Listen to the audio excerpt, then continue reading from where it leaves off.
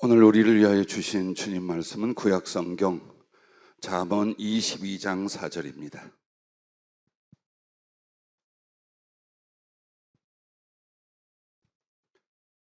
구약성경 잠언 22장 4절 찾아서 함께 봉독하도록 하겠습니다. 겸손과 여호와를 경외함의 보상은 재물과 영광과 생명이니라. 아멘. 하늘과 땅의 복을 받는 지혜라는 제목을 주셨습니다. 복의 근원인 하나님을 섬기고 그 백성이 되었건만 고난과 궁핍의 삶이 계속되면 어떤 이유일까요?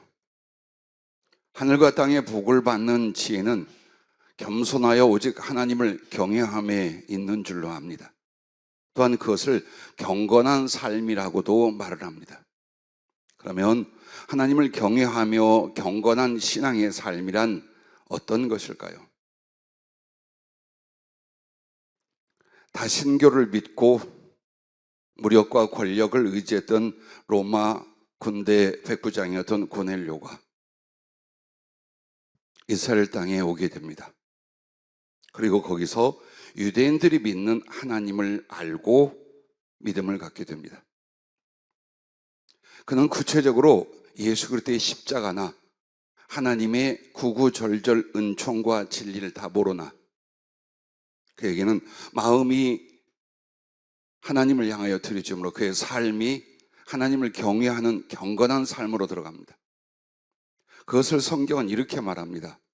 그가 온 집 식구들과 더불어서 하나님을 경외하여 늘 깨어 기도하고 그리고 많은 백성들을 구제하였더라 라고 말합니다. 그런 신실한 믿음과 행함의 믿음을 위하여 주님의 제자 베드로를 보냅니다. 그리고 그 가족들이 전부 다 성령을 받고 거듭나며 주님 십자가의 복음으로 다시 태어나게 됩니다. 하나님께서 이 땅에서 교인들을 보시지 않습니다. 교회를 다니나 진정으로 하나님을 경외하는 사람을 찾습니다. 교회는 하나님을 알고 하나님을 경외할 수 있는 장소와 안내의 기회이지 교회를 나간다는 것만으로 하나님을 만났거나 구원을 얻거나 은총과 복을 누리는 것은 아닙니다. 부디 먼저 된 우리 성도님들과 또 새로 예수님을 알아가고 있는 우리 젊은 청년들이 오늘 이 말씀을 통해 정말 하늘과 땅의 복을 하나님으로부터 어떻게 받는가에 그 지혜가 있기를, 그리고 그 지혜를 따라 사는 삶이 시작될 수 있기를 주의 이름으로 축복합니다. 오늘 본문에서 말하는 하나님을 경외하는 것에는 세 가지가 있습니다. 그 첫째가 하나님의 날은 오직 하나님을 섬기는 날이 되게 하라라는 것입니다. 출애굽기 31장 12절부터 17절에 보면 너무 엄중한 말씀을 합니다.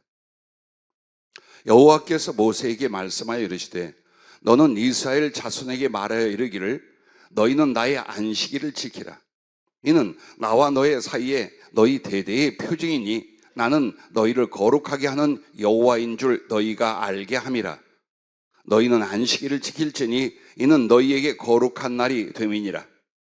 그 날을 더럽히는 자는 모두 죽일지며 그 날에 일하는 자는 모두 그 백성 중에서 그 생명이 끊어지리라. 엿새 동안은 일할 것이나 일곱째 날은 큰 안식일이니 여호와께 거룩한 것이라. 안식일에 일하는 자는 누구든지 반드시 죽일지니라. 이 같은 이스라엘 자손이 안식일을 지켜서 그것으로 대대로 영원한 언약을 삼을 것이니 이는 나와 이스라엘 자손 사이의 영원한 표징이며 나 여호와가 엿새 동안에 천지를 창조하고 일곱째 날에 일을 마치고 쉬었음이니라 하라. 아멘. 구약의 말씀은 살벌한 말씀이 많습니다. 그러면 이제는 바뀌었느냐? 이제는 그 율법을 지킬 의미가 없느냐? 그것은 아닙니다. 더 깊은 은혜로 거룩한 은총으로 또 그것을 지킬 수 있는 하나님의 능력과 은혜에 사로잡힌 믿음으로 여러분을 살게 하고 계십니다. 자, 안식일을 가리켜 거룩한 날이라고 말합니다. 출애굽기 31장 14절에 보면, 그럼 이 주일, 안식일, 거룩한 날이란 무엇입니까? 하나님께 속한 하나님의 날을 지킴으로 그 사람은 하나님께 속하고 하나님의 소유로서 거룩하게 된다는 말씀입니다. 만약 주일이고 뭐고 내게 없다 그러면 그 날을 거룩하게 하지 않는 건 하나님을 거룩히 여기지 않는 것이 됩니다. 그러나 이 날을 하나님의 날로서 거룩하게 구별하여 섬길 수 있다면 그 사람은 이미 하나님을 사랑하고 섬기면서 하나님께 속하고 그 하나님의 소유가 된 거룩한 백성이 되었다라는 것입니다. 믿음은 마음에 있다라고 합니다. 이 말에 함정이 있습니다. 마음에 있다는 것을 생각을 하고 인정을 하면 그게 믿음이고 구원을 받는 것처럼 오해를 가져올 수 있습니다. 그렇지 않습니다. 하나님은 약속과 법을 분명히 정해서 하나님께 돌아오는 것이, 당신을 믿고 경외하는 것이 무엇인가를 성경을 통해 가르쳐주고 계십니다. 그리고 그렇게 하나님을 따르고 경외하는 모든 삶에는 은총과 보상이 반드시 따를 수 있도록 이 땅에서도 하늘에서도 약속을 주고 계십니다. 여러분은 이미 알고 있겠지만, 그러면 구약의 창조 7일째 날이 안식일입니다. 즉 금요일 밤부터 토요일 저녁까지가 유대인들이 지키는 안식일, 구약의 안식일이었습니다. 그래서 지금도 어떤 교단은 제7일 오직 토요일을 안식일이라 우기고 지키는 교단도 있어요. 그리고 본래 이렇게 안식일을 여호와의 날, 네 날이 아니다. 6일은 너희가 생업과 인생을 누리고 즐길 수 있는 시간을 주었으나 하루만큼은 하나님의 날이다. 이게 믿음의 시작입니다. 그러나 예수님 이후 안식일은 주 첫째 날인 주님의 부활의 날을 주일이라고 칭하고 그때의 예배와 안식의 날로 섬기게 되었습니다. 골로새서 2장 16절 17절에 보면 율법에 대한 그 폐지를 이렇게 말합니다. 그러므로 먹고 마시는 것과 절기나 초하루나 안식일, 즉 날짜 혹은 음식 그런 것들에 대하여 율법을 폐하였다는 겁니다. 그것을 이유로 누구든지 너희를 비판하지 못하게 하라. 이것들은 장래일의 그림자이니 라고 말합니다. 그러면 이 안식일이 어떻게 주일이 되는가? 고린도전서 16장 2절에 보면 매주 첫날에 너희 각 사람이 라고 말합니다. 즉 모여서 예배를 드리고 그 헌금으로 구제를 위하여 준비를 시키는 말씀 속에 매주 첫날이라고 말합니다. 사도행전 20장 7절에도 그 주간의 첫날에 우리가 떡을 때려 하여 모였더니 라고 말합니다. 이미 초대교회나 예수 그리스도의 십자가의 복음을 전하는 곳에서는 7일 안식일이 아니라 주 첫째 날, 일요일이라 지금 말하는 예수께서 부활하신 그 첫째 날이 주일이라고 지켜지고 섬겨지게 됐습니다. 사도 요한이 밤모섬에서 성령의 충만한 은혜를 입고 감동으로 하나님 나라에 올라가게 됩니다. 그리고 요한계시록을 받게 됩니다. 그때도 그 시간이 언제였느냐? 계시록 1장 10절에 보면 주의 날에 내가 성령에 감동되어 라고 말합니다. 이렇게 해서 안식일이 바로 주 첫날, 부활의 날, 주의 날이라고 명명하게 되고 지켜온 것입니다. 한마디로 여러분, 주일은 하나님을 위한 예배와 섬김의 날입니다. 주일은 하나님이 나의 하나님이 되시고 나는 하나님의 백성과 자녀가 되는 언약의 영원한 표징이라고 출애굽기 31장 16절부터 17절에 말씀을 하고 있습니다. 이같이 이스라엘 자손이 안식일을 지켜서 그것으로 대대로 영원한 언약을 삼을 것이니 이는 나와 이스라엘 자손 사이의 영원한 표징이며 라고 말합니다. 자, 이 말은 하나님을 믿고 섬길 때에 여러분이 지난날은 마음대로 살았어요. 죄를 짓던 고통과 슬픔 속에 자기를 던지던 세상의 쾌락을 쫓아가던 내 마음대로였어요. 그리고 그 결과는 오직 슬픔과 고통이요 죽음과 지옥의 심판뿐이었습니다.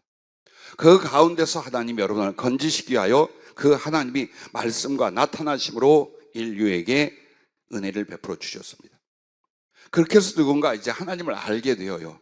그러면 대충 구경하듯이 취미생활 하듯이 그렇게 하나님을 알게 하시지 않았어요. 언약을 세웁니다. 여러분은 처음 하나님에 대한 믿음이 있어서 내가 이제 하나님을 믿고 섬긴다라고 할 때에 그냥 마음속에 좀 그래 봐야지가 아닙니다. 결단이 있으셔야 합니다.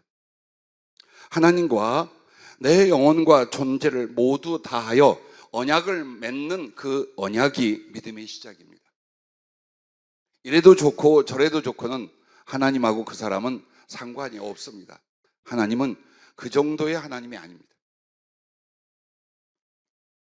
그러면 우리가 예수 그리스도를 믿고 하나님의 백성이 되고 그 하나님은 나를 구원하시고 사랑하시고 그 나라를 주시는 나의 하나님이 되시는 이 언약은 여러분이 말씀을 통하여 마음과 행위를 통하여 이제 결정하고 맺은 것입니다.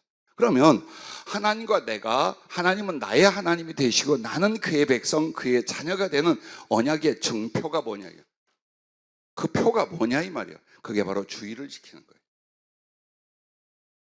주일은 여러 날, 1년 50일 중에 내가 알아서 쓰는 날이 아니에요. 이것부터 여러분이 시작되지 않는다면 오늘 하늘과 땅의 복을 받는 지혜가 없으므로 영적으로 육적으로 곤궁하며 실패하며 방황하는 삶이 계속됩니다. 부디 여러분이 진짜 하나님을 믿을 수 있길 바랍니다. 진실로 하나님을 믿는데 그 믿음은 이제 하나님과의 거룩한 언약입니다. 내 영혼을 걸고 내 인생과 생명을 걸고 하나님과 맹세하고 언약하는 그것이 여러분의 영혼과 삶에 먼저 일어나야 됩니다. 이때부터 믿음 생활입니다. 그리고 그 언약을 바로 주일을 구별해서 하나님 앞에 예배와 섬김의 날로 드리는 것이 바로 표징이라고, 즉 언약의 증거라고 성경은 못 박아 말씀을 합니다. 만약 여러분과 내가 주일에 대한 개념이 없다, 하나님에 대한 개념이 없다는 뜻이에요. 믿음이 무엇이며 하나님을 섬기고자 하는 겸손이 우리 속에 생기지 않았다는 뜻이에요. 그래서 모든 것이 다 내 것이고 내 마음대로 살. 그러면 하나님은 한층 물러나서 네 마음대로 살고 네가 하고자 한 대로 해서 그 결과는 네가 책임을 진다예요. 그게 바로 고통과 슬픔이며 죽음과 심판에 던져지는 것입니다. 또한 주일을 지킴은 하나님을 창조주와 구세주로 인정하고 순종하여 섬기는 신앙의 첫 번째 행위입니다. 자, 6일 창조 뒤에 안식일이 있어요. 그 안식일은 땅의 것이 아니에요. 땅에는 안식이 없어요. 하늘이에요. 하나님의 나라와 하나님의 은총이에요. 그런데 그 하늘의 안식이 땅에 내려온 거예요. 하나님이 예수 그리스도의 몸을 입고 이 땅에 오신 것처럼 창조 때에 하나님께서 그냥 인생과 자연끼리 알아서 살게 하신 게 아니에요. 하나님이 돌보시고 사랑하시되 이제 그들에게 하늘을 경험하고 은혜를 입게 하게 하여 7번째 날을 안식일이라, 즉 그 안식일은 하나님의 나라의 은혜예요. 그래서 하나님의 나라, 즉 하나님이 사람과 함께 하시기 위하여 이 땅에 오셨다는 첫 번째가 바로 안식일 그 개념입니다. 그래서 주일을 지키고 그 주일을 안식으로 하나님을 섬기는 것은 창조주 하나님에 대한 신앙과 고백과 인정이에요. 동시에 그 제7일 안식일이 주 예수 그리스도의 십자가의 죽으심과 부활의 날인 주 첫날이 된 것은 무엇을 말합니까? 그 창조는 이제 예수 그리스도의 십자가의 구원으로 완성이 되는 거예요. 그래서 우리가 믿는 하나님은 창조주 하나님이면서 예수 그리스도를 통한 십자가의 구원의 하나님이다. 내가 믿는 하나님은 바로 그런 분이십니다 라는 신앙의 고백이며 신앙의 행위의 첫 번째가 이 주의 날을 어떤 날로? 이것을 어떻게 하나님 앞에 섬겨 드릴 수 있는가가 결정이 되는 줄로 믿으시길 바랍니다. 그러므로 주일은 나의 날이 아니다라는 그 개념과 생활의 실천부터 신앙생활의 시작이 되어야 됩니다. 만약 꽤 오래 지났는데 나는 예수를 믿기도 하고 사랑하기도 하는데 주일에 대한 개념과 지킴이 없다면 거꾸로 온 거예요. 그 출발점이 일주일 중에 하루를 분명하게 하나님께 구별할 수 있는, 거기서부터 믿음의 진실, 구원의 시작이 진행이 되는 것입니다. 그래서 하나님의 날로서 예배와 및 주를 섬기며 성도의 교제와 경건을 위한 날이 되게 하는 것이 온전히 주일을 주님께 드리는 것으로 믿으시기 바랍니다. 그러면 여러분과 내가 안식일, 즉 주일을 지킴으로 주시는 은혜와 복이 무엇입니까? 처음 창세기 2장 3절부터 이렇게 말씀합니다. 하나님이 그 일곱째 날을 복되게 하사 거룩하게 하셨으니, 자, 그 일곱째 날을 복되게 하사 거룩하게 하셨으니라는 두 단어를 여러분 주목할 수 있기를 바랍니다. 즉 하나님께서 당신과의 사이와 관계가 막히지 아니하여 하나님의 생명과 나라와 모든 은총과 복을 줄 수 있고, 그러기 위하여 세상적이고 육신적이고 죄 가운데 사는 존재가 하나님의 소속이 되는 거룩한 변화를 일으키기 위하여 우리에게 하나님께서 일곱째 날 소위 주일을 주신 것입니다. 그래서 하나님의 거룩한 은혜 가운데 하늘과 땅에 복을 받게 하려고 그날 자체가 복되다라고 말한 이유가 바로 이 말씀에 있습니다. 그렇다면 하늘과 땅에 복을 받는 지혜, 하늘과 땅에 복이 무엇일까요? 그 첫째가 영혼과 몸과 삶의 안식을 얻게 하신다는 것입니다. 아마도 늘 안식하는 사람에게는 주일의 개념이 그렇게 없어요. 그런데 만약 여러분이 5일간 혹은 6일간 정말 경무에 시달리며 노동을 하며 그리고 삶의 어떤 고통과 아픔들을 다 경험하고 있다면 그 모든 것들의 의미와 그 모든 것들의 유혹을 내려놓고 하루를 하나님 안에서 예배하며 말씀과 성령의 은혜를 얻으며 하나님과의 사랑의 깊은 친교를 갖는다는 것이 얼마나 그 영혼과 몸과 삶의 평안, 쉼, 재생, 치유, 소망, 이것이 일어나는가를 그렇게 하는 사람들은 압니다. 그러나 주일 예배 하루 그 잠깐 드리기에 급급한 사람은 평일하고 아무것도 다르고 또다시 하루가 고생스러운 수고일 뿐이에요. 성령께 여쭈었습니다. 주일을 지키면서 영혼과 몸, 삶의 안식을 얻게 하는 게 첫 번째 복인데 이게 어떤 것일까요? 이것을 우리 성도들과 하나님 말씀을 통해 어떻게 나눌 수 있을까요? 왜? 그 개념과 신학적 교리는 알아요. 그런데 성경을 추천해 주시면서 주의 날을 예배하고 하나님을 위하여 함께 한다면 안식이란 이런 것이다 라는 마음에 믿음이 생겨 기도할 때에 요한계시록 21장 3절부터 5절 말씀을 주셨는데, 그것은 이제 하나님 나라가 도래한, 하나님 나라가 완성이 되었을 때에 이 땅에서 슬픔과 고통, 죄와 죽음으로 아파하고 힘들어하던 모든 인생들에게 하나님과 함께 하시면서 주신 안식이 무엇인가를 이렇게 말합니다.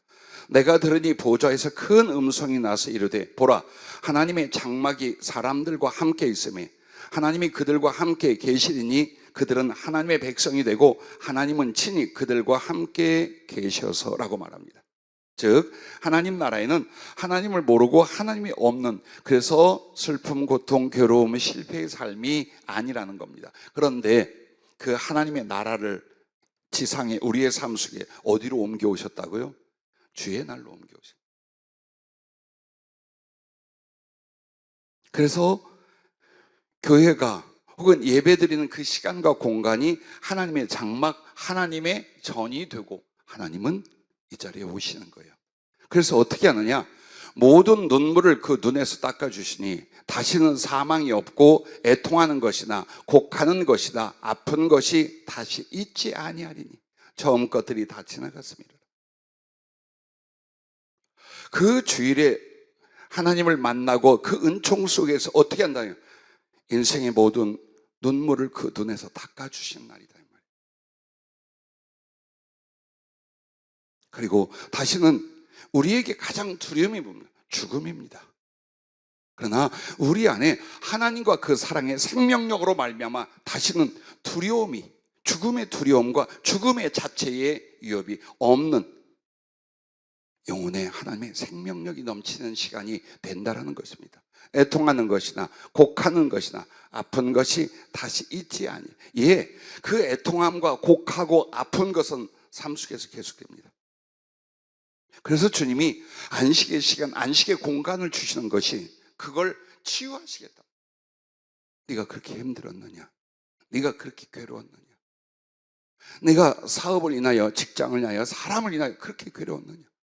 주님이 여러분 눈에서 눈물을 닦아주며 다시는 애통해하지 않도록, 슬퍼하지 않도록, 아파하지 않도록 위로하고 치유하시는 은혜를 주의 날 주겠다는 것입니다. 그리고 처음 것들이 다 지나갔음이를 합니다. 이걸 여러분 뭐라고 말할까? 보라 내가 만물을 새롭게 하노라. 즉 안식일은 영혼과 육체의 쉼만이 아니에요. 재생이에요. 삶을 능력으로 기쁨으로 살아갈 수 있는 그 거룩한 힘을 언제 얻느냐? 예배하며 주 앞에 나온 주일에 얻게 하신다는 뜻이에요. 만약 이 소중한 시간을 여러분 누리지 못한다면 교회를 다녀도 아마 허황하고 아무것도 없을 겁니다.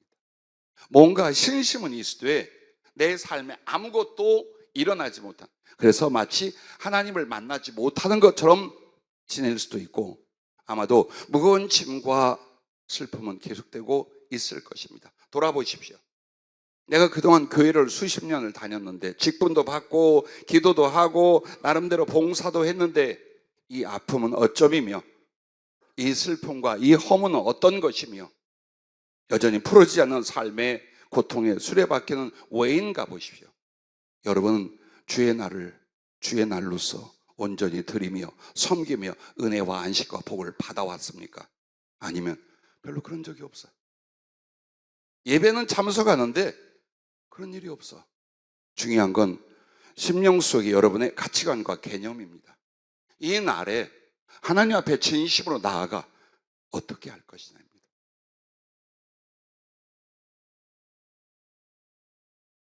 많이 이런 타협을 하게 됩니다. 나 주님 믿고 사랑해요. 그런데 주의 날은 할 수 없이 이런 형편과 저런 처지 때문에 내가 예배를 드릴 수 없을 때가 있고 그날 하루를 하나님 앞에서 시간을 드릴 수가 없습니다. 그러나 다음엔 잘하겠습니다.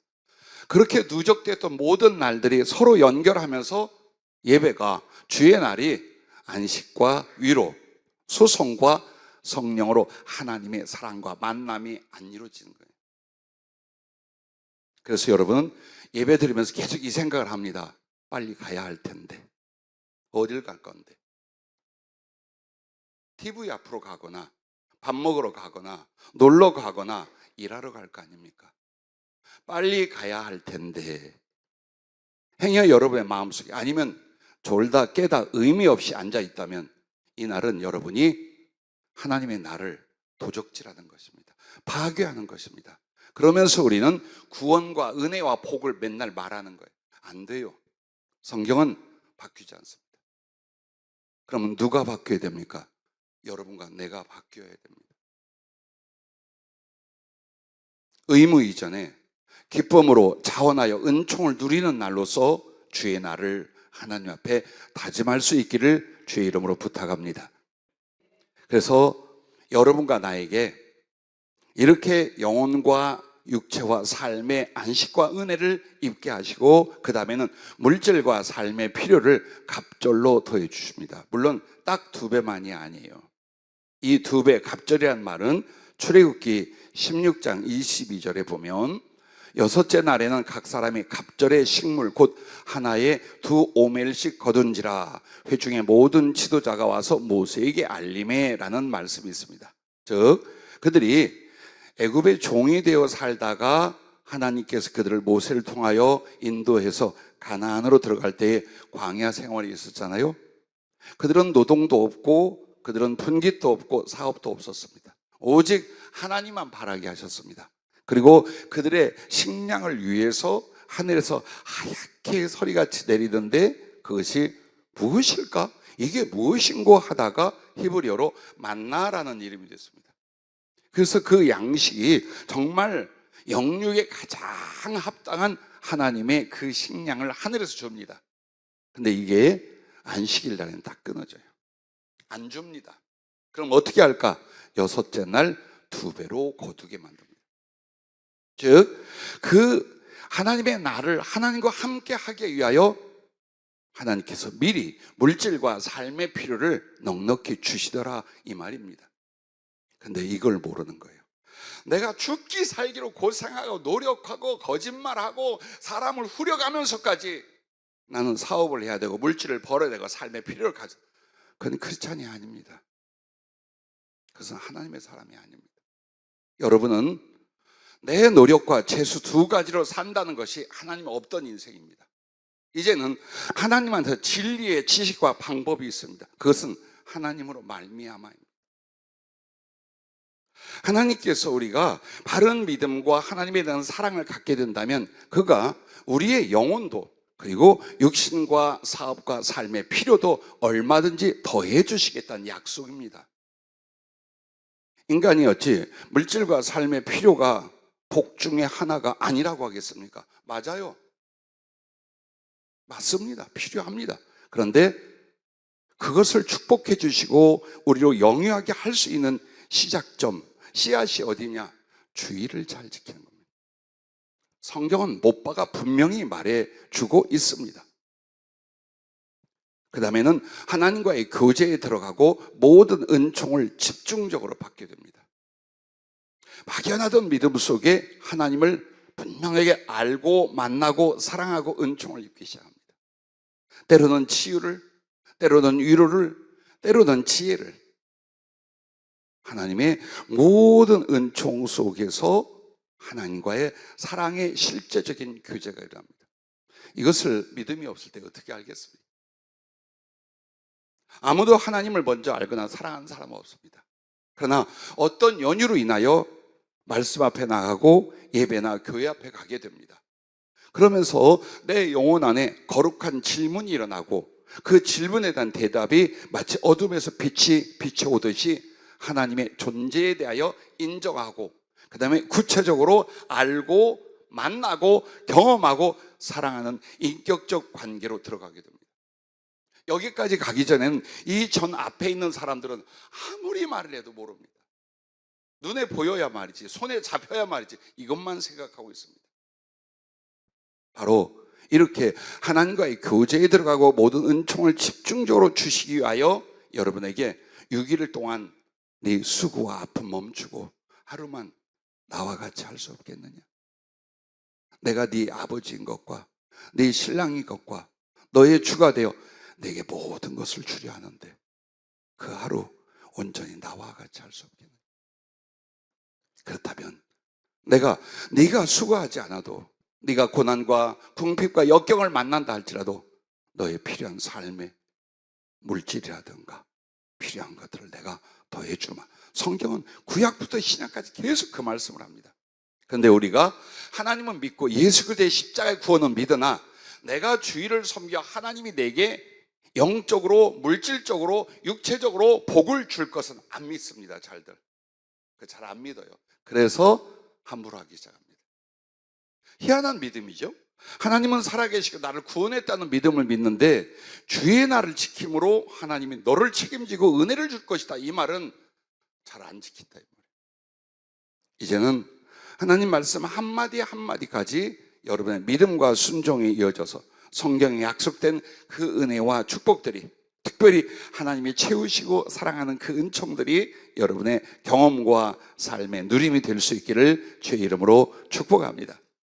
한마디로 주의를 온전하게 지켜 주를 섬기는 건 곧 구원의 증표요, 하나님 나라와 구원을 누리는 삶이 됩니다.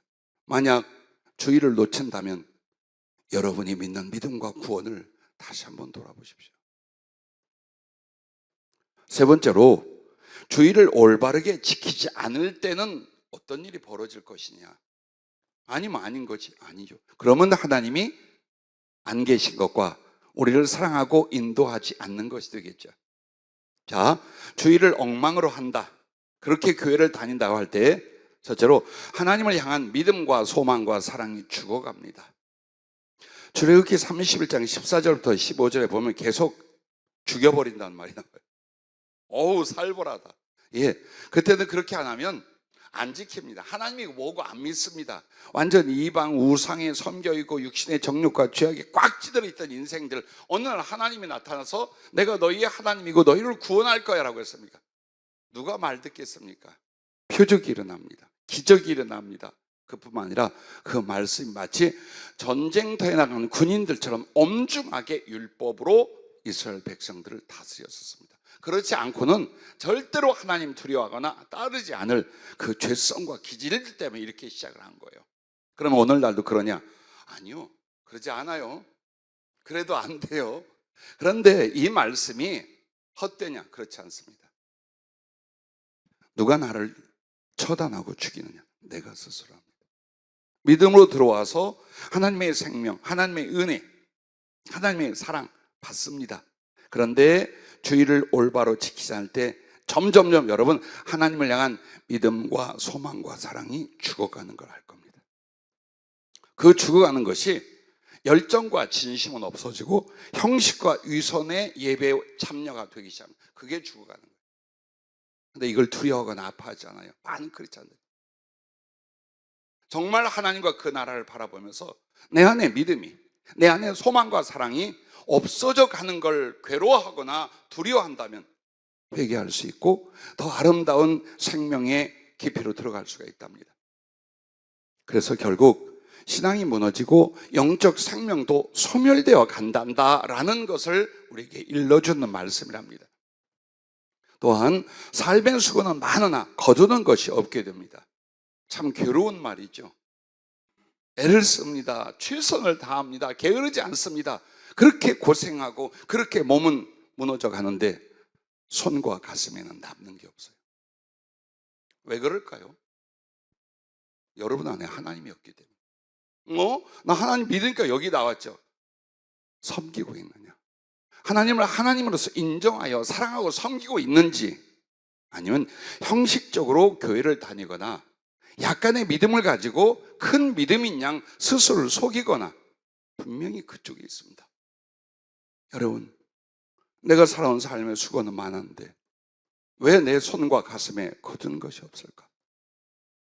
주의 나를 진심으로 주님께 영광과 사랑을 드리며 은총을 입게 하여 최선을 다한 시간들이었습니까? 아니면 하나님의 날이고 뭐고, 혹은 그 날을 시간적으로는 지키는데 마음은 하나님께 드리거나 삶은 하나님을 경외하고 사랑하는 일이 없었던 것 아닙니까? 세 번째는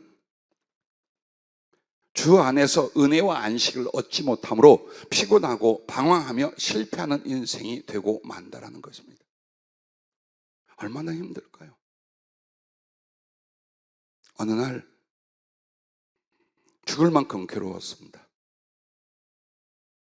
살 이유가 없었습니다. 나는 나어린 청소년, 청년 초기에 겪을 거 다 겪어봤습니다. 꿈도 잃고 건강도 잃고 살아갈 이유와 목적도 다 잃어버렸습니다. 그래서 늘 하는 말이 그겁니다. 극단적인 선택을 하는 사람들을 우리가 비난할 수 없는 이유가 뭔 줄 압니까? 거기까지 간 거예요. 사는 것이 죽는 것보다 훨씬 아프고 괴롭고 견디기 어려웠던 거예요.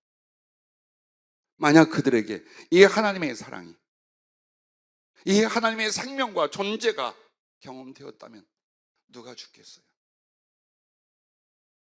하나님을 알고 마음을 다했더니 그분이 나타내 주시며 그날부터 나는 안식이라는 걸 알았습니다. 그 지독한 슬픔과 증오, 절망과 괴로움, 육체에 일어나고 영혼 속에 일어나고 삶이 망가져가던 그때 예수 그리스도 통해 하나님을 만나자. 그것은 신앙의 지식이 아니었습니다. 실제로 내게 육체를 치유하고 영혼을 치유하고 내 안에 정말 평안과 사랑이라는 안식이 그 하나님을 위해 일어나기 시작했습니다. 삶은 아직도 힘든 것과 안타까운 건 많이 있습니다. 세월을 따라 몸은 약해지고 나이 먹어 갑니다. 그러나 가슴은 점점 하늘의 소망과 사랑, 하나님이 살아서 만나주시고 은혜 주시고 이끌어 가시는 그 믿음의 은총이 점점 더해집니다. 부디 여러분 모두 다 자기의 삶을 접게 될 것입니다.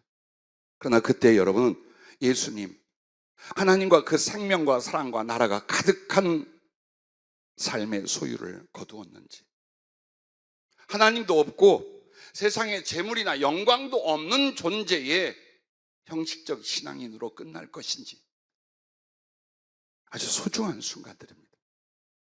나는 가끔 예배 외에 많은 사람들의 상담을 합니다. 제가 뭐라고 말합니까? 상담은 하는데 10명 중에 9명은 바뀌질 않습니다. 여러분, 제가 무슨 자판기인 줄 알아요.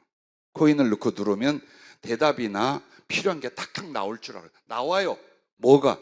하나님의 뜻이 나오고 하나님의 지혜는 나옵니다. 그러나 그것을 순종하고 지켜서 그 은혜와 복을 받는 것 여러분이 하는 겁니다. 마음이 안 바뀌고 삶이 안 바뀐다면 하나님을 모를 때보다 더 고통스러울 수 있어요. 왜? 하나님을 알고 믿는데 이분이 나를 도와주질 않는 것 같아. 이분이 나를 사랑하고 나의 영혼과 삶을 바꿔주지 않는 것 같아. 아니, 자기가 바뀌지 않으면서 수십 년 동안 아름다운 신앙으로 큰 은총을 얻고 하나님의 사랑과 축복 속에서 사는 수많은 그리스도인들을 보았습니다. 그러나 그들에 대한 내 마음속의 자랑과 기쁨보다 그러지 못하여 허덕이는 그 성도, 그 신앙인들을 인하여 언제나 마음에 고통이 있는 것이 사실입니다. 부디 여러분이 살아가는 삶 속에서 하나님을 무시하지 마십시오. 하나님과의 언약을 무시하지 마십시오. 하나님께 돌릴 영광과 순종을 도적질함으로 심령과 인생이 굳은 길가 혹은 돌짝밭, 가득한 가시덩굴밭이 되어서 하나님의 생명과 은혜는 소멸이 되고 저주의 율법이 뿌리를 내리게 되는 영혼과 인생이 되어서는 절대로 안 될 줄로 믿습니다. 그러므로 주의를 온전히 섬기게 하심으로 하나님과 그 생명의 시간을 누리고 소유하게 하신다는 것을 믿으시기 바랍니다.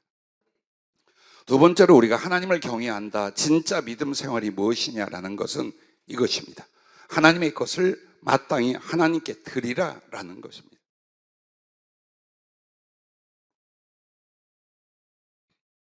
안식일부터 시작해요. 하나님은 분명히 구별합니다. 이것은 네 거, 이것은 내 거야. 그럼 하나님 뭐가 필요하다고 이것은 네 거, 이것은 내 거 구별하셔요? 욕심도 많게? 아니요. 그걸 구별하지 않는 사람은 절대로 하나님께 돌아오질 않아. 하나님을 사랑하거나 그가 주실 구원과 생명, 나라와 은총을 그는 받지를 못해요. 이게 죄된 인간의 욕심이에요. 그것마저도 아까워하는 거예요. 벌 하면서 이것마저도 내가 내 마음대로 쓰고 싶어 하는 거예요. 그럼 내게 하나님은 어디 계실까요? 하나님과 그 믿음이란 의미는 내게 있는 걸까요? 없어. 없는 거예요. 그건. 자, 기본적으로 하나님의 것을 마땅히 하나님께 드리라 라는 게 무슨 말인가? 레위기 27장 30절부터 이렇게 말합니다. 그 땅의 10분의 1, 곧 그 땅의 곡식이나 나무의 열매는 그 10분의 1은 여호와의 것이니 여호와의 성물이라. 또 만일 어떤 사람이 그의 11조를 물으려면 그것의 5분의 1을 더할 것이요 모든 소나 양의 11조는 목자의 지팡이 아래로 통과하는 것의 10번째 것마다 여호와의 성물이 되리라. 그 우열을 가리거나 바꾸거나 하지 말라. 바꾸면 둘 다 거룩하리니 무르지 못하리라. 자, 11조에 관한 말씀을 읽다가 내가 막 웃었어요. 너무 재밌다. 근데 너무 슬프다. 그걸 뭐라고 합니까?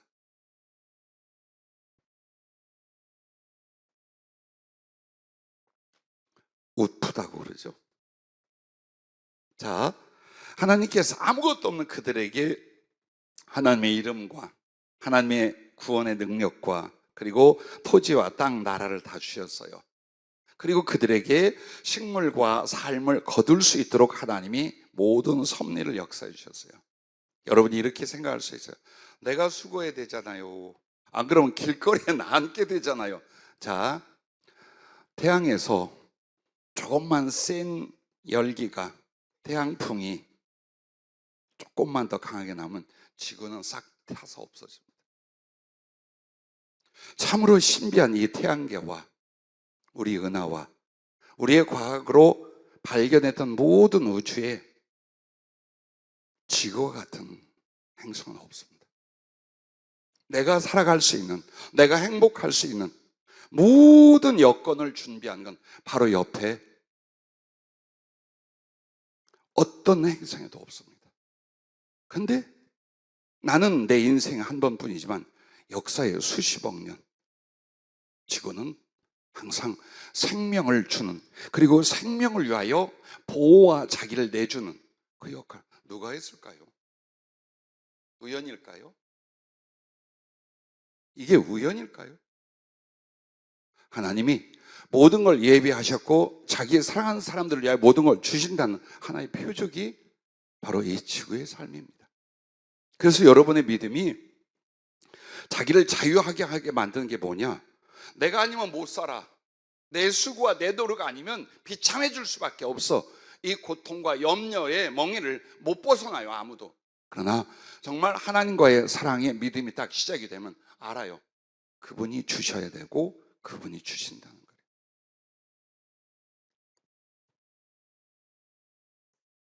그래서 주님이 10개를 주시면서 한 개만큼은 욕심을, 즉 탐심으로, 탐욕으로 살지 말고 염려로 살지 말고 이건 하나님께서 돌려 감사하고 영광을 돌려라. 이게 11조 개념이에요.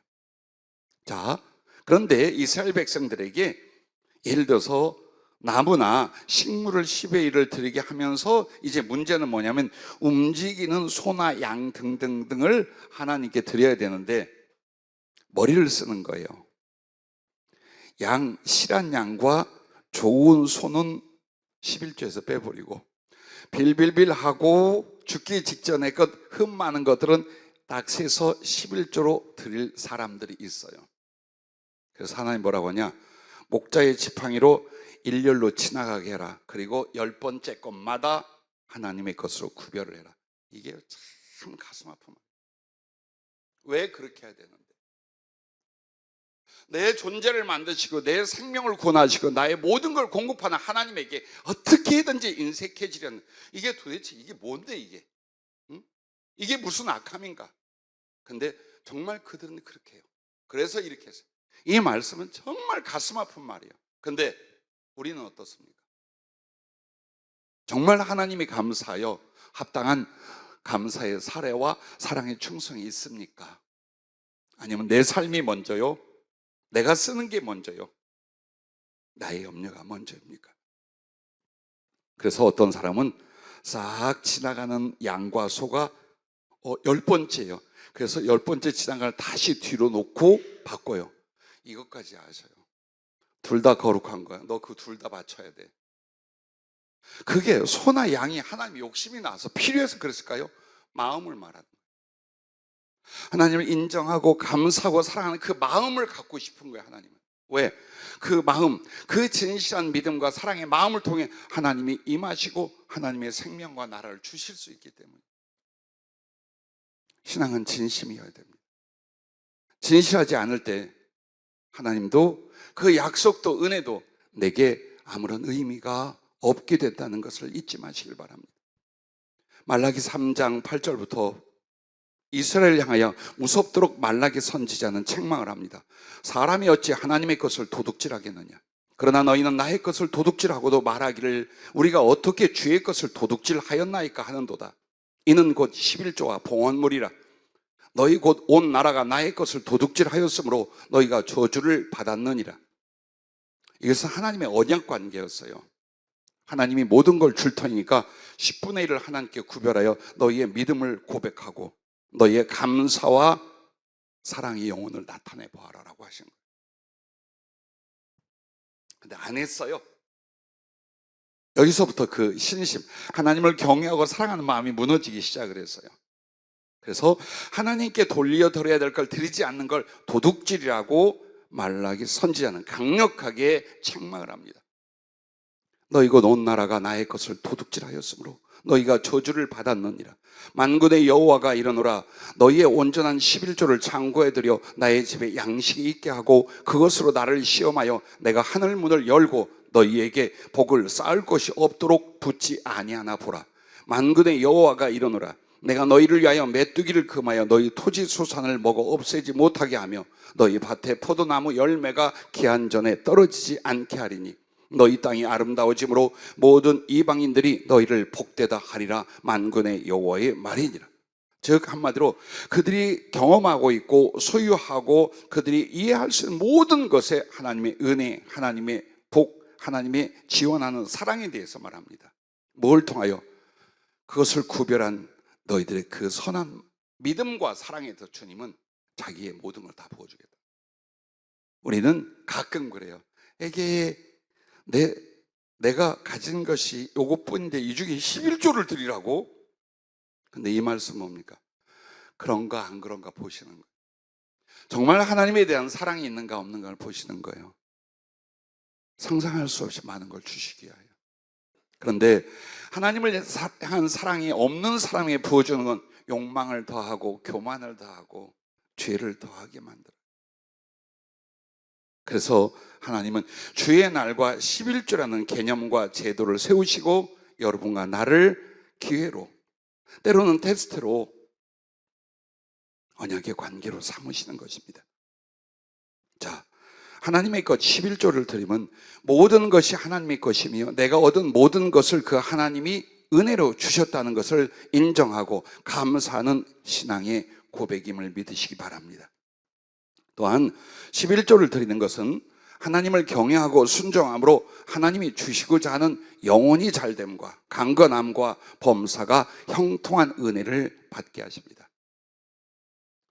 이 말라기서 이미 말한 것 같이 요한삼서 1장 2절에도 사랑하는 자여 네 영혼이 잘됨 같이 네가 범사에 잘되고 강건하기를 내가 간구하노라는 말씀처럼 하나님께서 여러분에게 주의 날을 주의 날로서 그리고 주님께 돌려드릴 11조를 통하여 그 주신 게 뭡니까? 네 영혼이 잘됨. 그래서 네가 하는 일들이 형통해질 것과 은혜를 얻을 것, 그리고 네 영도 육체도 강건장수하게 할 것, 그걸 약속해. 이렇게까지 약속하고 은혜를 주는데 우리는 벌벌벌 하거나 시비를 걸기도 합니다. 자, 지금 우리 인류의 즉 인구수가 얼마나 될까요? 가까운 통계가 82억 명 정도가 돼요. 그런데 유대인의 이야기를 좀 하겠습니다. 유대인은 약 1,500~600만에서 2천만 명 정도로 추산이 됩니다. 그것도 지금 팔레스타인에 거주하는 사람들이 아니라 전 세계의 유대인이라 말하는 사람들이요. 그런데 이 2천만 명도 되지 않는 그 인구를 가지고 세계의 경제, 문화, 국가적 역량에 있어서 가장 압도적 지위와 능력을 소유하고 있습니다. 세계 돌아가는 것, 미국이 움직이는 것도 보십시오. 거의 유대인들에게 의해서 움직입니다. 즉 그들이 세상에서 머리가 되었습니다. 비난하고자 하면 비난할 수 있습니다. 그러나 성경에서 이미 말했습니다. 어떤 걸? 이 유대인들이 세계의 머리가 되어가는 건 철저한 신앙 교육과 11조 생활이었습니다. 인격은 큰 변화가 없어도 무조건 성경을 외우고 그 교육을 받고 동시에 11조를 구별하게 합니다. 그것은 역사 속에 아무리 떠돌며 나라 없이 2000년을 보냈어도 하나님께서 하신 말씀이 그들에게 이루어지는 걸 우리 눈으로 보고 있습니다. 미국의 철강왕이던 카네기, 어려서부터 평생에 엄마를 통해 11조를 배우고 실천을 합니다. 많은 비난이나 그가 잘못 살았던 욕심의 삶도 있습니다. 카네기가 정말 훌륭한 사람은 아닙니다. 그런데 그의 인생의 전기를 보면 변화가 되기 시작해요. 그 11조를 통하여 어마어마하게 어려서부터 물질을 축적하고 부를 갖게 돼요. 그러나 그의 신앙적 인격과 삶은 그렇지 못했어요. 점점 욕망으로 더 많은 물질을 벌기 위하여 정말 모든 짓을 합니다. 근데 그에게 어느 날 회심의 일이 벌어져요. 하나님 앞에 정말 거듭나는 역사가 일어나기 시작을 해요. 그리고 그의 마지막까지 11조가 아니라 자기의 재단들을 구제를 위하여 전부 다 드리기 시작을 합니다. 그래서 카네기 하면 많은 평가가 있어요, 솔직히. 한데 신앙적으로 볼 때 그는 점점점 하나님께서 그를 구원하는 과정이었고, 그는 11조에서 모든 그의 사업의 물질들을 구제나 나눔을 위하여 드리는 결말을 갖게 만듭니다. 자, 여러분이 궁금한 게 있을 거예요. 신앙인들이 볼 때 일본은 우상숭배의 나라예요. 호시탐탐 다른 나라를 노리고 전쟁하는 나라예요. 근데 그 일본이 2차 세계대전 전쟁의 짐으로 말미암아 폐허가 되어버렸습니다. 근데 얼마 지나지 않아 세계적인 경제 강국으로 짧은 시간 내에 일어날 수 있었습니다. 뭘까요? 주변 환경, 우리나라의 6.25 때문일까요? 그 축복은요, 일본의 성도들은 아주 작은 수임에도 신시하여 순교자가 무수히 나왔어요. 에도 시대부터요, 정말 많은 순교자가 나왔어요. 그럼 순교자가 그렇게 많다는 건 신앙의 절개를 말해요. 한번 하나님을 알고 믿음의 언약을 세웠어요. 그러면 모든 걸 빼앗기고 처형을 당한다 할지라도 그냥 그 길을 가요. 배도자도 있었겠죠. 그러나 일본은 기독교 역사상 참 많은 순교자들이 나왔습니다. 그리고 그들은요, 11조와 재정적 섬김에 굉장히 분명해요. 일본 교회 혹은 일본에서 신앙생활했던 사람들과 교제를 많이 가졌던 적이 있어요. 그래서 한번 크리스찬이 되잖아요. 주일 지키는 거, 11조 드리는 거, 재정적으로 섬기는 문제에 대해서는 철저하게 한답니다. 그래서 적은 수의 교인들로도요, 교회가 세워집니다. 예를 들어서 이 30명만 모이면 교회가 세워지고 운영이 되게 된답니다. 그리고 구제나 선교를 그 작은 성도들이 다 감당한답니다. 그렇기 때문에 하나님께서 그들을 보고 그들에게와 그 나라 전체에 은혜를 베풀었던 거예요. 이것이 기독교적 역사 속에서 확인하는 바입니다. 우리나라도 그와 같습니다. 개인도 그와 같다는 것을 잊지 마시기를 바랍니다. 짧은 인생 동안 허덕이며 살겠습니까?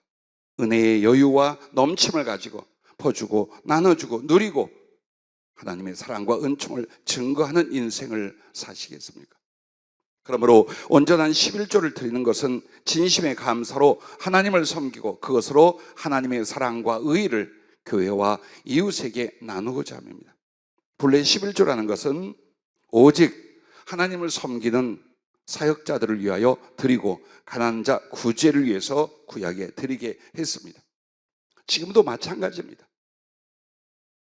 바로 그것을 가지고 교회를 운영하며 나아가 세상에 선한 일과 사랑의 일들을 나누도록 하나님이 이 제도를 세우신 것입니다. 그리고 11조의 마음은 이것입니다. 예수께서 이런 말씀을 마태복음 23장에 말씀하십니다. 화 있을진저 외식하는 서기관들과 바리새인들이여, 너희가 박하와 회양과 근처에 11조 드리되 율법에 더 중한 바 정의와 긍휼과 믿음은 버렸도다. 그러나 이것도 행하고 저것도 버리지 말아야 할지니라고 말합니다. 이 말은 그 11조 자체의 행위에 있는 것이 아니라 왜 11조를 하나님께 드리는가의 정신, 그 마음에 있다는 거예요. 하나님을 공경하고 사랑하는 것과 그것으로 말미암아 의를 이루고 긍휼과 자비를 베풀고 하나님의 그 믿음을 실행하는, 여기에 있다라고 예수님은 우리에게 가르쳐 주셨습니다. 왜 11조가 중요할까요?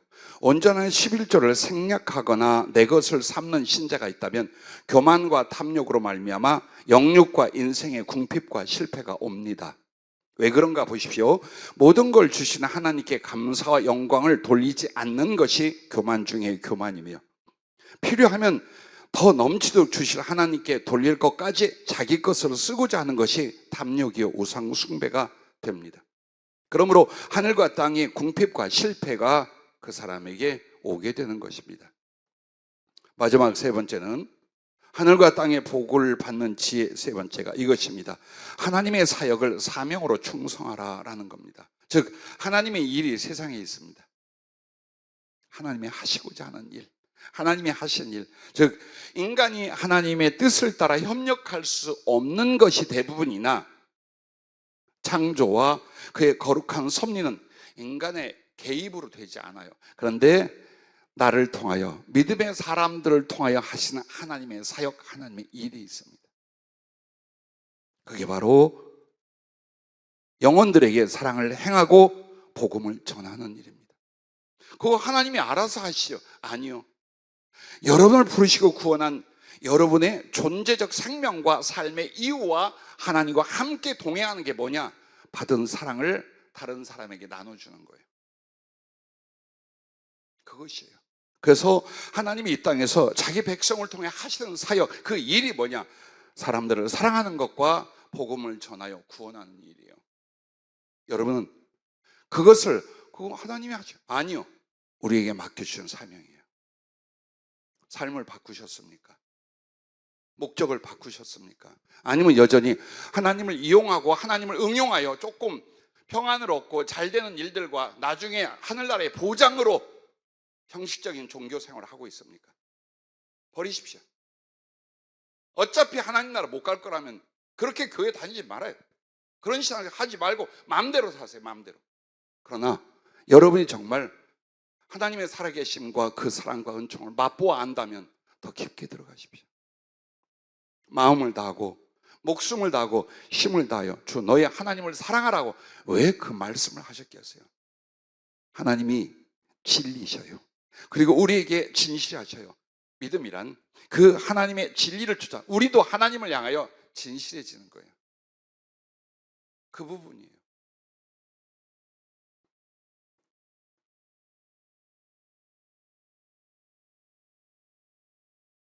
여러분과 내가 잘 아는 말씀이에요.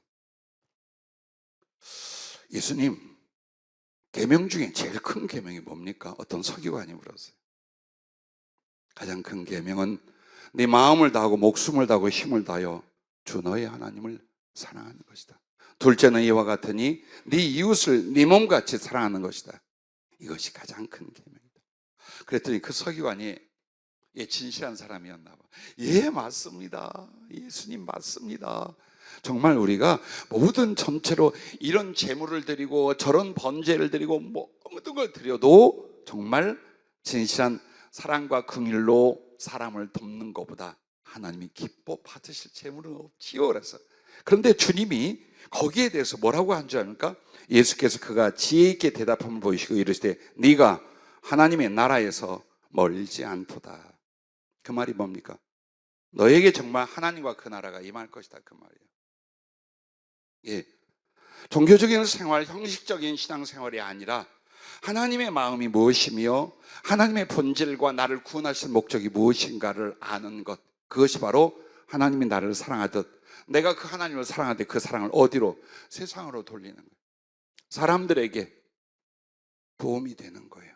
사람들에게 위로가 되는 거예요. 사람들에게 치유가 되는 거예요. 사람들에게 여러분이 있어 행복하게 만들어주는 거예요. 그리고 그 가운데 알지 못하는 하나님과 예수 십자가의 그 거룩한 구원의 비밀을 가슴에 나눠주는 거예요.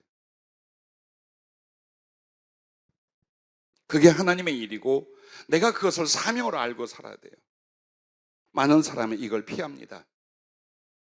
힘들다, 어렵다, 아프다, 혹은 하나님의 축복의 때가 언제냐라는 걸 많이 묻습니다. 뭐 하고 사시는데요? 여러분 지금 뭐 하고 있습니까? 하나님 앞에, 그 하나님의 말씀 앞에 여러분은 어떻게 하고 계십니까? 복을 받을 만한가요? 구원이 임했나요? 정말 하나님을 사랑하나요? 오늘 여러분과 내가 가짜는 가짜, 거짓은 거짓 찢어낼 수 있어야 돼요. 아파하지 말아요. 부끄러워하지 말아요. 혹은 옥리 부리지도 말아요. 하고. 우리는 예배를 통하여 하나님을 만나는데 성령과 그 말씀으로 만납니다. 하나님이 어떤 분이시며 여러분에게 무엇을 말씀하는지, 그래서 생명과 나라와 복을 어떻게 주렸는지 그걸 배우는 거예요. 그리고 나의 기도와 삶에서 하나씩 실천해 나감으로 말미암아 나는 거룩한 하나님의 사람으로 바뀌고 동시에 하나님의 영광이 되며 그가 나를 통해 이 세상에 아름다운 생명과 사랑을 나타낼 수 있게 하신다는 것을 잊지 마시기를 바랍니다. 부디 여러분 애써서 살았잖아요. 정말 여러분 성실하고 열심히 살았잖아요. 근데 그게 주님과 남을 위한 겁니까?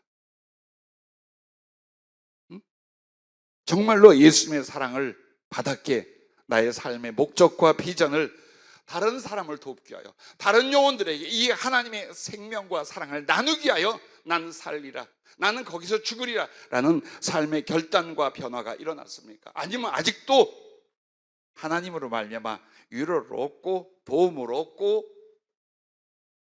이렇게 살고 있습니까? 부디 여러분과 나 영혼을 사랑하는 일들, 그것이 바로 하나님의 생명과 하나님의 일이라는 것을 잊지 마시길 바랍니다. 무엇보다 복음을 전하십시오. 여러분의 사랑과 복음은 이와 같은 관계입니다. 자주 설명해 드렸죠. 배가 파손이 됐어요. 차가운 대서양에 겨우 구명정을 잡고 사람들이 떨고 있습니다. 그래서 여러분과 내가 구호 물품을 가지고 양식과 담요와 옷 따위를 가지고 열심히 노를 저어서 그들에게 갔어요. 그래서 춥지 말라고, 배고프지 말라고, 어둡지 말라고 등불도 주고 옷도 주고 양식도 줬어요. 그리고 돌아왔어요. 그들은 얼마간의 그 도움을 받고 역시 그 대서양 찬 바다에서 얼어 죽습니다. 어떻게 해야 사랑일까요? 줘야 돼요. 배고픈 사람 먼저 먹게 해야 돼요. 헐벗고 추운 사람 입혀줘야 돼요. 따뜻하게 해줘야 돼요. 그리고 그 사람들 어때요? 육지로 끌어내어 줘야 돼요. 이것이 사랑과 복음 전파의 구원의 관계입니다. 늘 말하잖아요. 여러분이 조금만 하나님 때문에 다른 사람을 위하여 살고자 한다면 작은 땀과 눈물로 사람을 살릴 수 있다는 것, 그들에게 위로와 희망을 줄 수 있다는 것, 그들에게 하나님의 나라와 살아계신 하나님을 만날 수 있는 기회를 줄 수 있다는 것, 내가 조금만 남을 위해 산다면, 내가 조금만 예수님의 사랑을 나눈다면 얼마든지 그 기회와 하나님의 역사가 일어난다는 것.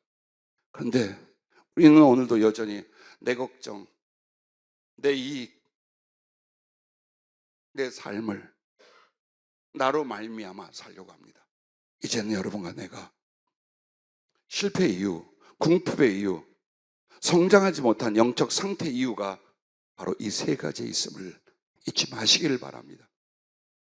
힘들어요. 남을 위해 산다는 게 희생도 해야 되고 내 개인적인 행복과 여유도 없어야 돼요.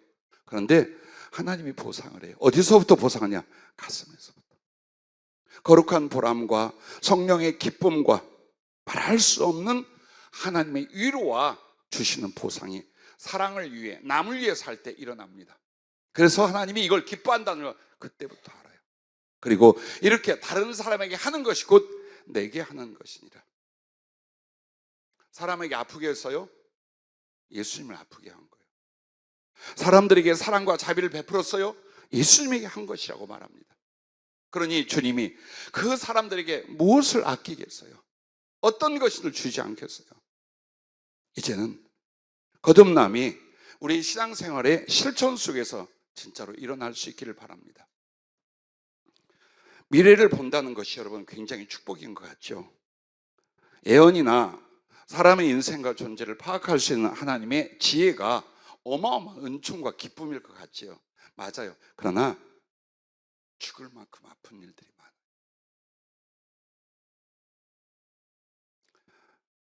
사랑하는 우리 김도하 전사님 사이되는 형제가 비명에 운명했습니다. 뇌에 종양이 있어서 수술할 때쯤 어머님의 권면으로 딸과 사이가 왔었습니다. 주님이 치료를 해주는데 50%라고 했습니다. 네가 하나님을 인정하고 의지한다면 곧 죽는다. 너 죽는다. 지금 이게 이 병으로 죽든 뭘로 죽든 너는 죽는다. 하나님을 붙들어라. 정말 성령으로 그 말씀을 주신데 내 딴에는 간절히 두 사람에게 권했어요. 그리고 오랜 시간이 지나지 않아 이렇게 됐어요. 그 비보를 접하는 순간부터 어떤 고통이 있겠어요? 내가 모든 걸 알지는 않아요. 그러나 여러분이 지금 하고 계신 것과 앞으로 되어질 일을 여러분을 위해서 중보 기도할 때 어느 정도 일러주셔요. 왜 설교가 간절해지고 길어진 줄 압니까? 잘하는 분은 정말로 날개가 돋기를 바라며 그 숱한 주님의 나타남과 성령의 역사와 하나님 말씀의 긴급함에도 끄떡지 않는 사람들이 있어요. 내가 사랑하는 영적 공동체 안에 어떨 것 같아요? 죽을 것 같아요. 왜? 얼마 뒤에 어떤 일이 일어날 것을 어느 정도 알아요. 어떨 것 같아요, 여러분? 목사가 단에 서서 그냥 성경을 이렇게 풀어서 전하자 하는 거 하고 예수께서 그의 영으로 여러분의 삶과 여러분의 필요와 이 교회의 방향에 대해서 말씀을 주며 여러분이 지금 어떻고 얼마 뒤에 어떨 것인가. 어떤 분들은 마지막까지 미리 일러주신 분들이 있어요. 내가 말하지 않죠. 그러나 설교를 자세히 들어보면 그게 나에 대한 예언이나 장래사라는 걸 꼭 기억해 주시길 바라요. 대놓고는 안 합니다. 여러분에게 대놓고 정말 그 죽을 상황에서 살리려고 그 말은 성령이 하라 해서 한 거지 더 아픈 이야기는 안 합니다. 대신 그 아픔과 실패가 하나님의 은혜로 말미암아 승리하고 축복이 되고 하나님의 은총으로 하나님의 쓰신 바가 되기 위하여 죽어라고 설교하고 외치는 겁니다. 자, 여러분에게 삶의 이유와 꿈이 있으십니까? 다른 사람을 사랑하고 돕기 위한 것이 되길 바라요. 내가 사업하는 이유가 생계를 위한 것이 아니라 예수님을 정말 사랑하고 섬기게 하여 그의 가슴을 안고 그가 원하는 소원을 통해 내가 좀 고생하고 내가 좀 희생하고 내가 좀 가난해져도 그렇다. 이 사랑을 위하여 무엇이 다른 사람들을 돕고 위로하고 살릴 수 있는 것이 목적과 비전이 세워지죠. 그러기 전에는 여러분은 절대로 금그릇이 되지 못합니다. 많은 것을 부어서 쓸 수 있는 그릇이 되지 못합니다. 하나님이 주신 모든 일은 사랑을 위한 거예요. 베풀어라, 나눠라, 도와줘라, 치료해라, 살려라. 이걸 위해서요. 왜? 내게 그렇게 하셨잖아요, 하나님이. 하나님이 내게 그렇게 하셨잖아요. 그렇다면 여러분도 어때요? 여전히 육체를 위하여 살아? 썩어질 세상을 위해서? 아니죠. 다른 영혼들을 구원하며 그들에게 하나님의 사랑을 통한 빛을 나눠주는 사람들이 될 수 있길 바라고 그 꿈을 세우세요. 어저께 한 자매가 잠깐 상담을 했어요. 어린 시절을 거쳐서 나이도 먹고 앞으로 어떻게 살아야 될지 모르겠다. 전화가 아니었으면 꿀밤을 한 대 맞았을 거예요. 그렇게 가르쳐 줬는데 그렇게 수많은 시간 피눈물을 흘리는 주의 말씀을 전해줬는데 여러분 어떻게 살아야 할까요? 어떻게 내가 될까요? 다 일러줬잖아요. 다 가르쳐줬잖아요. 이제는 여러분과 나는 하나님을 찾아 헤매이거나 그 뜻을 알지 못하여 방황하는 게 아니라 그냥 순종하면 되는 사람들. 거기까지 지혜와 말씀을 따라 여러분 달려왔습니다. 그러므로 이제 내가 어떤 삶을 살며 어떤 결과를 가져올 것인가 하나님은 약속했고 가르쳐 주셨고 예비하셨습니다. 사랑으로 말미암아, 영혼을 구원하는 인생으로 말미암아 여러분 가슴속에 수많은 영혼들이, 그리고 하나님 앞에 갔을 때에 여러분 뒤에 여러분의 사랑으로 살려낸 사람들이 줄줄이 따라 그 하나님께 경배와 찬송을 드릴 수 있기를 바랍니다. 성령 교회 주는 묵상을 통해 사랑과 생명 나눈 전도 축제를 이런 말씀을 주셨어요. 많은 시간 기도하며 전도하며 지난주 사랑과 생명 나눈 전도 축제를 갖게 되었습니다. 드리는 사랑의 수고와 헌금, 헌물, 다양하고 풍성한 섬김과 봉사가 참 선하고 아름다웠습니다. 마치 나사렛 집에서 주님과 제자들을 대접하고 말씀과 은혜를 나눈 것처럼 우리 교회 성도님들과 초청하여 모신 손님들에게 말씀도 사랑과 반가움도 가득했었습니다. 성령으로 보여주시기를 주님께서 지게를 지고 광야를 지나 산길을 가고 계셨어요. 물론 빈 지게였습니다. 어떤 사람은 힘들어하고 땀 흘리는 주님에게 물을 드리고 어떤 사람은 먹을 것을 드렸습니다. 어떤 사람은 땀을 닦을 수건을 드리고 갈아입을 옷과 신발도 드렸습니다. 또 어떤 사람들은 오갈 데 없이 버리는 고아 어린아이들이 있었어요. 그리고 다쳐서 죽어간 사람도 있었어요. 그들을 주님께 부탁하여 그 지게에 지워드렸습니다. 살려달라고. 우리가 행하는 모든 일을 미소 지으면서 주님이 바라보시고 내가 가는 곳에 너희도 함께 가자라고 하셨습니다. 주님을 따라가 도착한 곳은 나사로의 집이었고 삭개오의 집이며 브리스길라와 아굴라의 집이기도 했습니다. 함께 메고 온 사람들을 치료하고 돌보시며 내가 사랑을 위해 수고한 너희에게 이들처럼 되게 하리라. 저들이 받은 은혜와 사랑과 사역이 너희에게 주어지리라 라고 하셨습니다. 그러나 주님 가신 길을 따라가지도 않았고 주님께 먹을 것도 마실 것도 드리지 않았으며 더군다나 가엾은 어린이 환자들을 찾아 주께 맡기지 않은 이들은 주님께서 출발하고 거쳐오신 광야와 산길에서 그냥 방황하고 헤매이며 살아가게 될 것이라고 주님은 안타까워하셨습니다. 주님은 강도 만나 죽어간 자를 살리고 돌보는 선한 사마리아 사람이라고 하셨습니다. 언제나 우리에게 사랑과 충성의 기회를 주신 주님은 그 사랑과 충성을 행함으로 주님을 대접하고 주님을 따라가는 것이라고 하셨습니다. 그런 성도들에게 더욱 복되고 선한 하나님의 사랑의 사업을 감당하도록 채워주시고 세워서 쓰신다고 약속하셨습니다.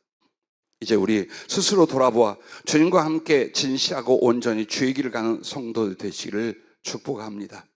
말씀을 마칩니다. 잠언 22장 4절 본문이었습니다. 겸손과 여호와를 경외함의 보상은 재물과 영광과 생명이니라. 이 말씀을 오늘 그게 어떤 것인지 구체적으로 우리에게 적용해 주신 것입니다. 여러분, 이 말씀에서 겸손이란 여호와를 경외하는 진실한 심령과 자세입니다.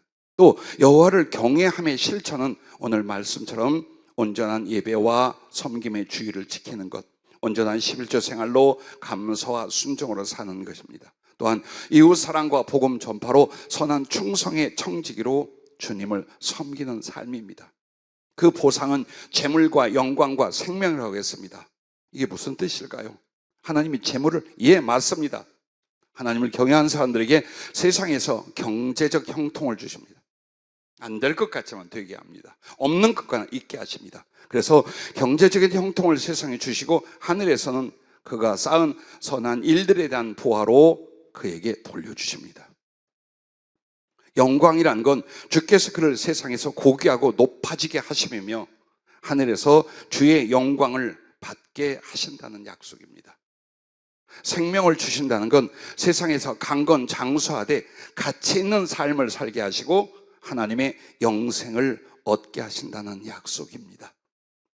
여러분, 말씀이 힘들고 아프기도 했겠지만 우리 위치를 보았겠죠. 우리의 신앙과 하나님과 관계를 보셨겠죠. 미흡함은 무엇이며 열심히 잘하고 계신 건 무엇인지 아시겠죠. 더 복되며 더 하나님의 사랑과 생명이 넘치는 여러분의 개인과 여러분의 인생이 되시기를 예수님의 이름으로 축복합니다. 기도하겠습니다.